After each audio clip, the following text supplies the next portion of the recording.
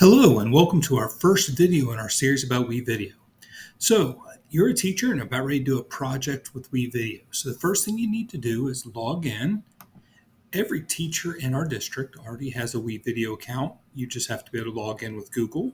So, I'm going to select Login with Google, and I'm going to check the account that I'm going to log in with, and it'll automatically log you into your dashboard for WeVideo. So the first thing it's going to ask you to do is if you want to go into your classroom or your personal space. Your classroom is where you can make assignments for your students and see their progress on those assignments. In your personal space, that's where you'd want to go if you wanted to create a video. You will not see this admin section on your screen.